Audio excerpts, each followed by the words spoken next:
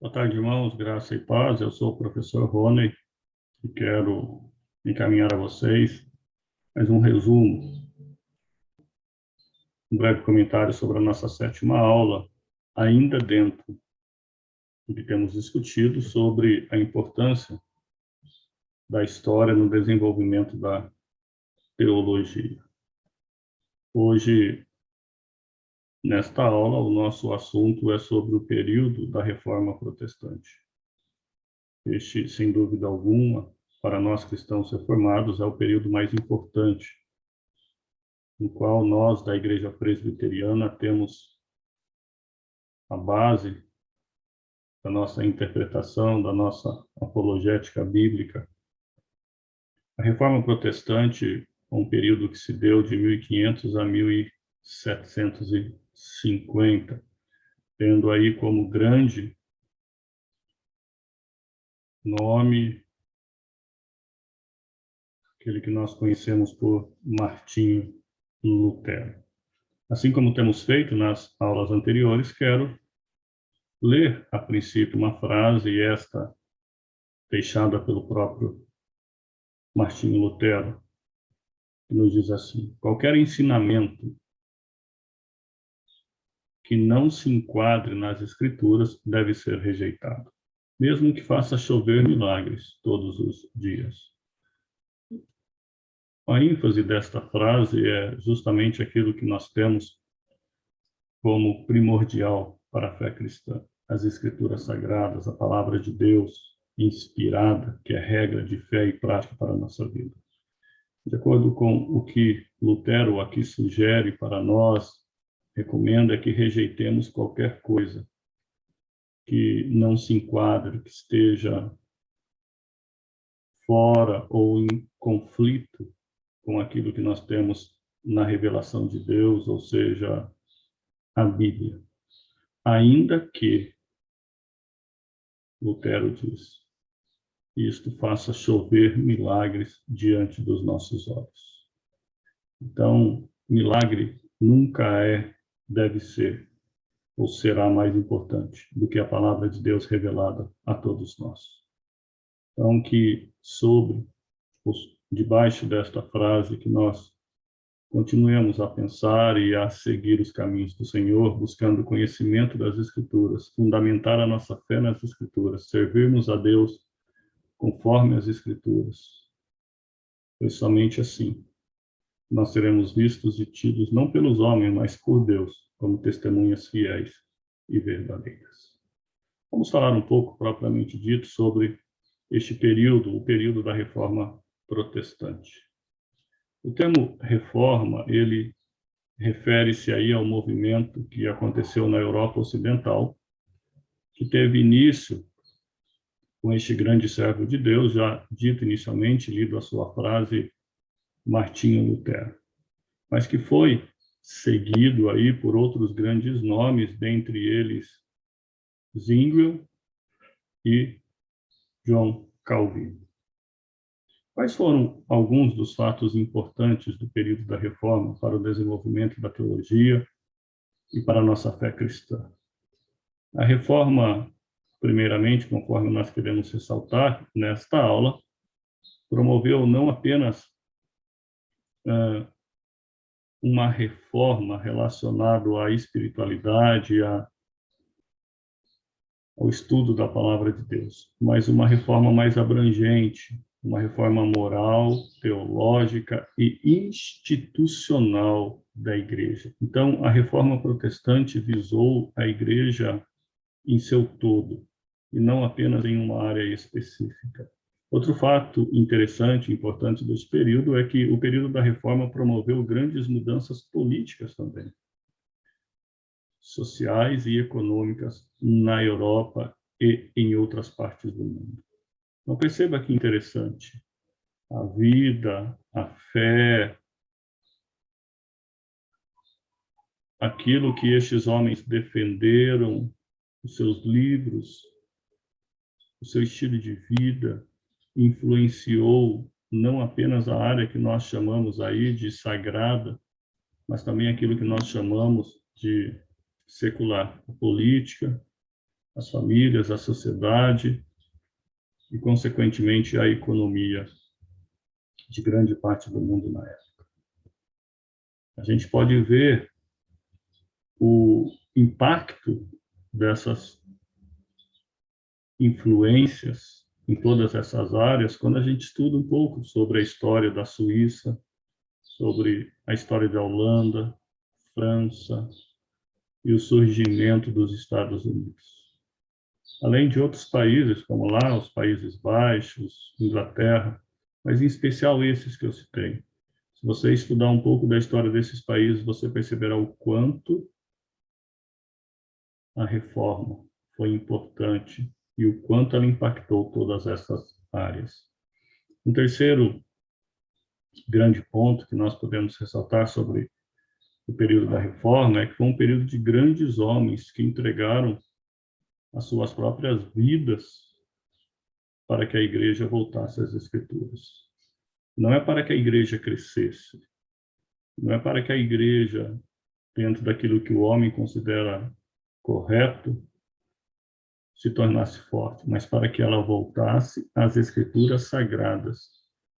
E este foi o ponto que mais incomodou Martinho Lutero, que o levou a pregar aquelas 95 teses na porta da igreja. Quais foram os principais nomes aí que eu gostaria de ressaltar a vocês, dentre os muitos que nós poderíamos? O primeiro deles é Martinho Lutero, um monge da ordem agostiniana, foi professor de teologia e, sem dúvida alguma, aí uma das principais figuras da reforma protestante. Afinal de contas, tudo iniciou através da sua bravura, da sua fidelidade a Deus, do seu desejo de restaurar a igreja, até então a única igreja que havia há muito tempo se corrompido, se misturado e, dentre tantas coisas que fazia, só não fazia a exposição fiel da palavra de Deus. O que é interessante sobre Martinho Lutero é que, diferente de outros teólogos, de outros professores, de outros reformadores e outros homens antes deste período, ele não escreveu nenhum compêndio teológico, ele não tem nenhuma teologia em seu nome. Contudo, sem dúvida alguma, as suas 95 teses que ele pregou no portal da igreja trouxe e causou grande impacto que alcança diretamente a nós nos dias de hoje. O segundo homem, o nome bastante importante do período da Reforma, é Felipe Melanchthon.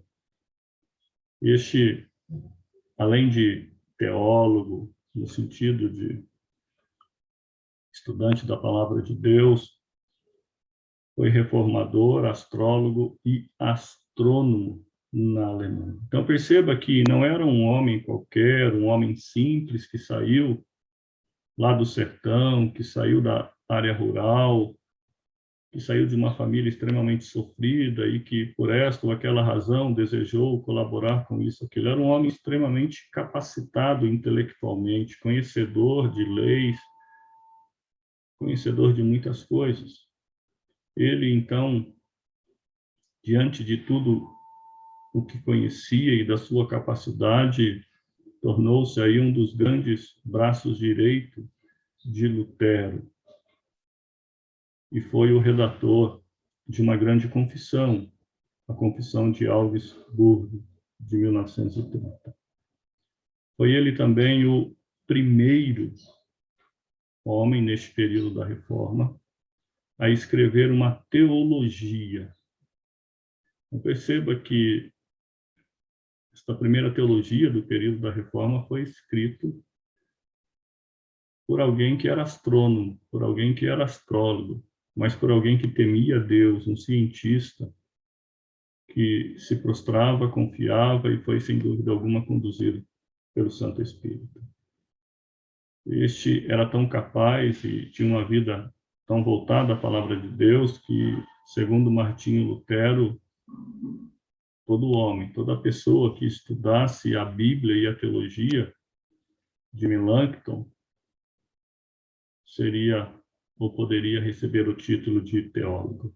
Então, veja a profundidade do que ele escreveu e a grande colaboração que ele deixou para nós, cristãos. O terceiro nome, bastante conhecido aí entre os reformados também, é Zwingli, Ulrich Zwingli. Este foi um teólogo suíço, um dos principais, se não o principal líder da reforma protestante na Suíça. O seu papel fundamental foi em relação ou na propagação da palavra de Deus, da teologia verdadeira, dos princípios bíblicos no início da reforma. Ele foi fundamental no início desse período para que a reforma alcançasse e realizasse o impacto que realizou neste período, e como eu já disse nesse vídeo, o impacto que causa ainda hoje na vida de muitos cristãos. Ele foi também aí um grande colaborador ao escrever a sua teologia, uma sistemática voltada para a fé reformada. O quarto nome, e um dos queridos aí neste período, principalmente pelos presbiterianos, é John Calvino. Este foi, sem dúvida alguma, assim como Lutero, um dos principais reformadores, especial em seu país, a França, e posteriormente na Suíça, onde trouxe e realizou mudanças extremamente profundas. As ideias de João Calvino, portanto, tiveram grande influência, tanto na vida teológica, vida cristã, como também na vida social. Ele foi um grande responsável aí por mudanças na área da educação, por implementações na área de educação, colaborou muito para que a escola pública estivesse ao alcance dos mais pobres, colaborou muito com a área econômica do seu país. Então, este foi um homem extremamente usado por Deus. Há muitas outras discussões sobre ele, algumas acusações que vocês poderão procurar saber e conhecer aí através de outras leituras. O que nos é interessante é que Calvino se converteu aos 20 anos de idade e já poucos anos depois ele se associou ao movimento reformado na França e por causa disso ele teve de fugir, foi perseguido e viveu aí um período exilado na Basileia. Diante deste exílio e de muitas outras coisas, Calvino sentiu-se na obrigação de criar uma teologia sistemática, a fim de que suas ideias, os seus pensamentos, seu conhecimento bíblico fosse compartilhado com outras pessoas. Assim, Calvino claramente, através dessa sua teologia, pôde expressar as suas ideias teológicas, quais ele justificava tão somente nas Escrituras Sagradas e as usava para combater as críticas aí recebidas do catolicismo. Ainda bastante novo, João Calvino escreveu um grande compêndio de fé reformada que nós conhecemos como Instituta. Há aí diversas traduções na nossa língua portuguesa. A Igreja Presbiteriana, a editora Cultura Cristã, tem duas delas e vale a pena a leitura. Há também uma publicação em espanhol muito boa, e se não me falha a memória, a Faculdade Unesp também lançou uma aí em anos anteriores. Os escritos de João Calvino, como eu disse a vocês, ele tem ainda hoje exercido grande influência na vida da Igreja. as confissões e catecismo de fé reformada, que foram produzidas aí pela Igreja desde então, tiveram nos escritos de Calvino, em larga escala, grande fonte de embasamento teológico. Então, não há dúvida de que este homem produziu muito para Deus, para o reino de Deus, e nós somos privilegiados de termos isso nos nossos dias. Assim como disse nas aulas anteriores, no momento oportuno enviarei a vocês uma leitura adicional, assim como possivelmente alguns exercícios sobre esse período, para que vocês busquem desenvolver um pouco mais ainda o conhecimento que têm. Quero aqui desde já convidá-los para assistirem, né, ou recomendá-los aí para assistirem assim que puderem, se ainda não assistiram o filme de Lutero, nós temos aí em português, e outros 2 filmes mais antigos, não tão fáceis de achar, mas procurem pela internet, se vocês acharem, assistam, sobre John Huss e John Wycliffe, pois vocês verão como a igreja lidava com aqueles que se levantavam contra ela, como os fiéis ao Senhor deram de fato a sua própria vida para que nós pudéssemos hoje ter não apenas uma teologia saudável, mas principalmente as Escrituras na nossa língua e nas nossas mãos. Que Deus abençoe a todos e todos tenham um ótimo restante aí de dia e de curso. Forte abraço. Fiquem com Deus.